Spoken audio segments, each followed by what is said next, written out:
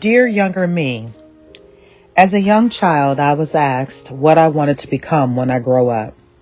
My answer was always the boss. In high school, I knew I wanted to attend college. My major would be business management and business law. My plan was to become a corporate attorney and an entrepreneur.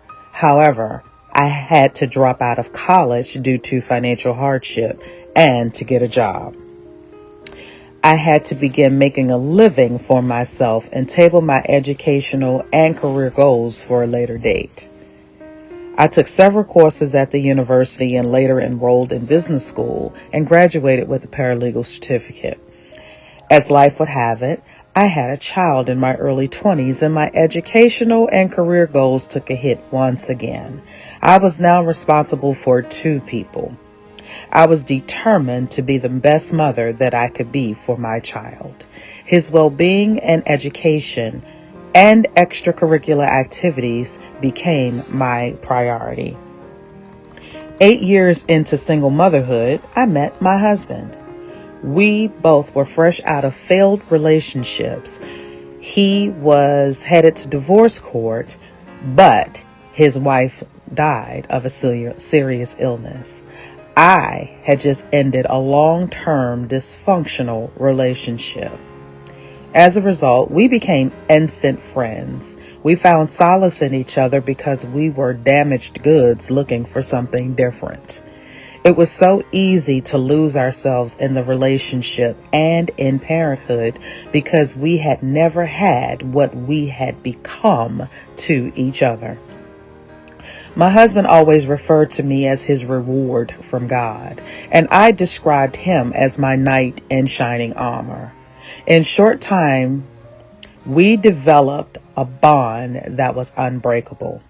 We met in July 2001, started dating in September 2001, was engaged February 2002, and married in October 2002.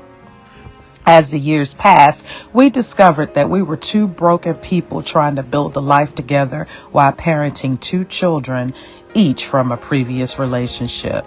Neither of us was prepared for the reality of marriage and parenthood. Our focus quickly became the kids and ministry. My husband was an amazing, anointed singer and minister who worked over 30 plus years in the judicial system in Washington, D.C. This was his second marriage and my first, so we were determined to make the marriage work. We spent a lot of time talking and dating each other, but that wasn't our issue. It was relational baggage that we brought into our marriage that began to affect us in many ways. Dear younger me, take the time to empty your bags. In other words, take the time to heal from past hurts and don't carry that baggage into a marriage. One moment, one lesson, one decision can completely change the course of your life. During the marriage, we experienced a few transitions, but the transition that we would never bounce back from occurred in October 2017, exactly 1 week after our 15th wedding anniversary. My husband of 15 years passed away suddenly. After his passing and having time to reflect, I realized that I had been unhappy with myself for many years. It wasn't until I had chosen grief counseling that I discovered the root cause of my unhappiness. Through counseling, I discovered me again. I realized that I had put everyone's dreams before my own. I was so busy leading the household that I got lost in translation. I got lost in the marriage, motherhood, and in ministry. Although I had a few professional accomplishments over the years, I hadn't fulfilled or accomplished my own dreams. Someone said to me that all of my dreams had become a dream deferred. This statement hit me really hard because it was so true. Let me be clear. Being a mom and a wife is a great accomplishment, but it wasn't all that I wanted to achieve in my life. I never wanted to have a dead-end job. I wanted a meaningful career. Once I discovered that I had lost a lot of time and a big part of myself, things began to make sense. I now understood where the depression, the anger, and the frustration came from. Looking back on my life, I know that I would have done so many things differently and not have neglected my interests because they didn't align with my husband's hobbies and interests. Dear younger me, don't lose yourself because you matter. I discovered during my healing process that self-care is necessary in every person's life. Don't be afraid to make yourself a priority. It's okay to incorporate self-care as a routine in your life. There are so many benefits associated with self-care. Studies have shown that incorporating self-care as a routine in your life, it helps to reduce stress levels and eliminate anxiety and depression.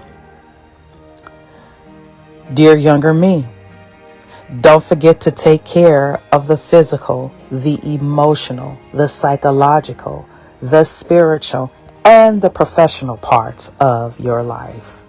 Take the time to invest in the things that you are passionate about, the intangibles such as education, hobbies, become a mentor, starting a business, writing that book, etc.